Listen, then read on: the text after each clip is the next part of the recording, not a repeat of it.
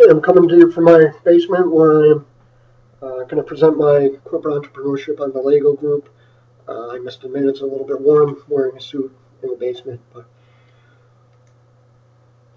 Lego Group was founded in Billund, Denmark in 1932 by an out-of-work carpenter named Ole Kirk Christensen, who started making wooden toys during the Depression when he lost his job to make ends meet. He lived by the motto that only the best is good enough. The word Lego actually means play well in Danish. It's a combination of the word lay and got, which means play well in Danish. And it was later discovered that it also means I put together in Latin. They began with wood toys, but then eventually started producing plastic toys in 1949 when he was the first toy company to purchase a plastic mold injection machine to produce plastic toys. Then by 1951, 50% of the toys were plastic, and 1953 saw the first automatic binding bricks, which were stackable bricks, which were the predecessor to modern Legos. 1955, they began exporting toys across the border to Sweden, and then 1958 saw the introduction of the stud and tube interlocking blocks, which are the Legos like in my background here that we're all familiar with. They held together well and made building much easier than the previous bricks. 1960, the plastic toys had taken off so much that he discontinued the wooden toys entirely. They developed a multinational presence. They opened branches in Finland and the Netherlands. And then they started selling toys in the US and Canada, then Australia, Morocco, and the Far East. By 1966, 706 million Lego bricks were produced, and 600 employees were employed in the Billund headquarters alone. 1969, they released the Duplo blocks, which were oversized, very colorful blocks meant for children under 5. They could chew on them. They were non-toxic. They couldn't choke on them. In the 1970s, it just saw more continued global expansion. They opened offices in Portugal, Spain, Australia, and Singapore. And by 1975, the headquarters had grown to 2,500 employees. So by 1980, 70% of households in Western Europe with children under 14 had some number of Legos in the house as it continued to grow. And expansion into Africa, Asia, and South America, they continued to increase growth as a multinational corporation with facilities in South Africa, Korea, Canada, and Brazil. These were manufacturing corporate facilities, not just sales offices.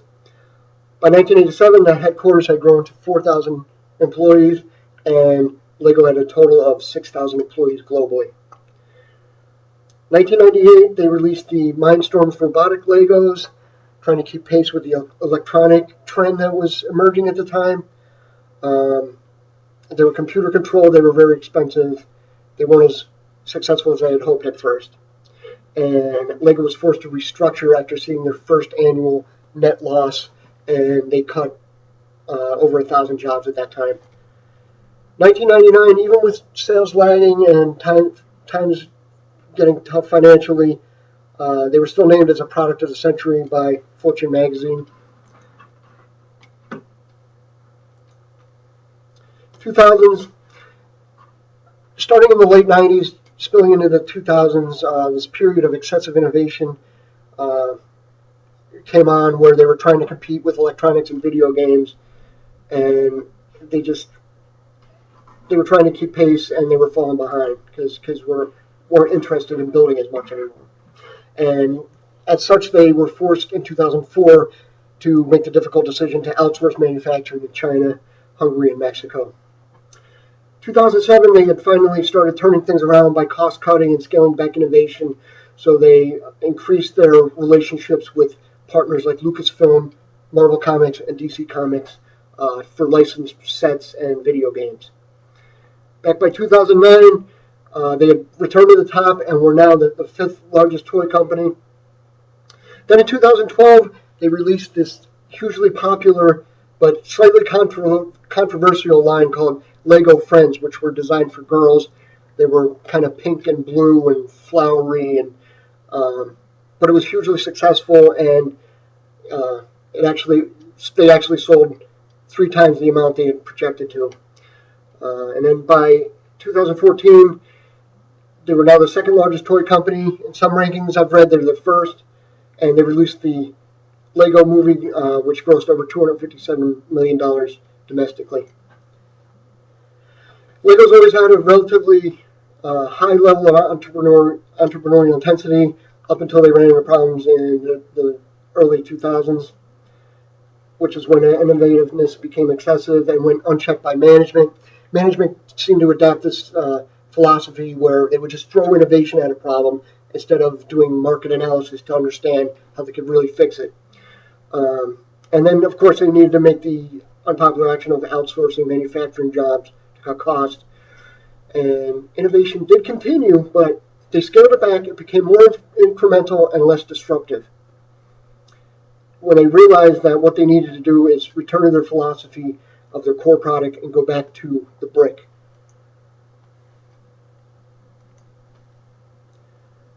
They started innovating to reach new markets. They took a more focused approach at using market research. They targeted adults and advanced users with Lego architecture and Mindstorm computer-controlled robotic kits.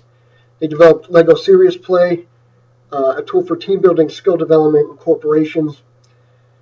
Again, they released the Lego Friends in 2012, which sold 3 times as many units as predicted, though many feminists saw it as sexist.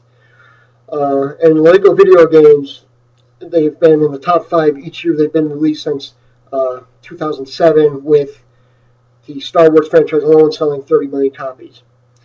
And they work with Lego's ambassadors, who are a group of expert users that they sought for their input and creating new products.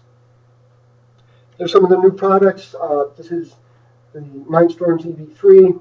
This is Lego Architecture Waterfalls. It's a Frank Lloyd Wright house, I think, out by Pittsburgh. A screenshot from the DC Superheroes video game, and one of the controversial Friends play sets.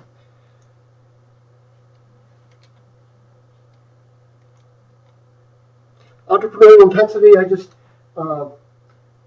for perspective, I showed 2004 where they were highly revolutionary with a high degree of frequency and degree, and then 2013 where they had scaled back innovation and tried to get things under control.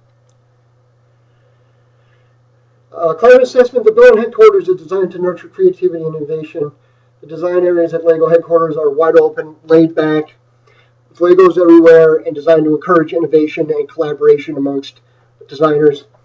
Management was willing to dedicate pretty much any resources to innovation that designers said they needed.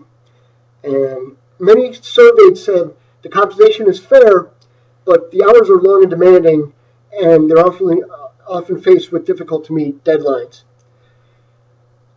This laid-back creative atmosphere didn't seem to carry over into their other facilities, especially some of the retail outlets they have in malls, and many employees there surveyed complained that they were paid minimum wage and not treated well. Findings, they need to maintain open communication with consumers. They've always placed a high priority on consumer input. They realized that innovation got out of control during the late 90s, early 2000s, as they tried to keep pace with video games. They've scaled that back. They realized it.